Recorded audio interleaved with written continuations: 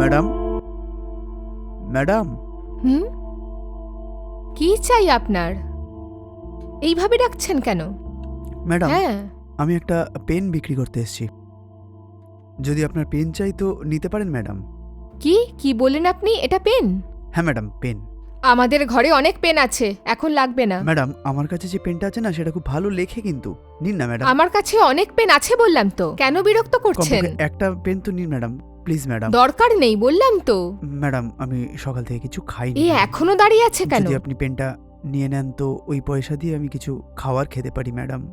আমি যা বলছি আপনি বুঝতে পারছেন না? ঠিক আছে, একটা পেনের দাম কত? মাত্র 100 টাকা ম্যাডাম। 100 টাকা? কি বলছেন? হ্যাঁ ম্যাডাম, এই পেনটা একদম অদ্ভুত পেন ম্যাডাম। এই পেনে এমন কি আছে?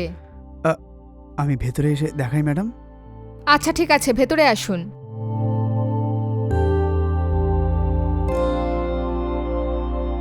নিন ম্যাডাম। আপনি কি এই পেনের ব্যাপারেই বলছিলেন? হ্যাঁ এটাই ওই অদ্ভুত পেন নাকি? হ্যাঁ, এটাই ওই অদ্ভুত পেনটা ম্যাডাম।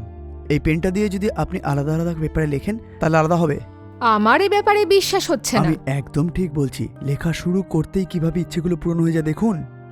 আমি স্যাম্পল দেখাচ্ছি ম্যাডাম। হ্যাঁ, লিখে দেখান।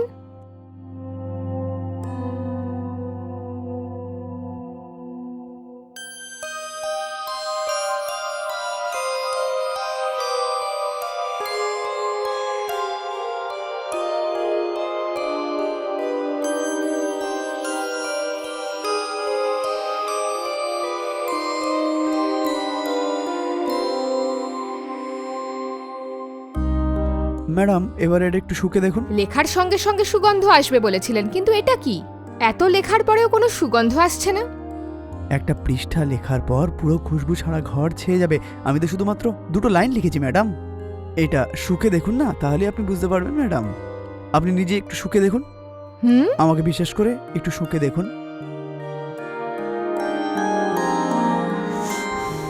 কোনো সুগন্ধই আসছে না।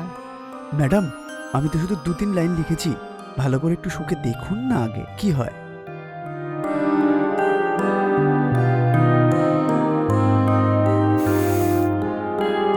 কেমন একটা সুগন্ধ আসছে যেন লাগছে।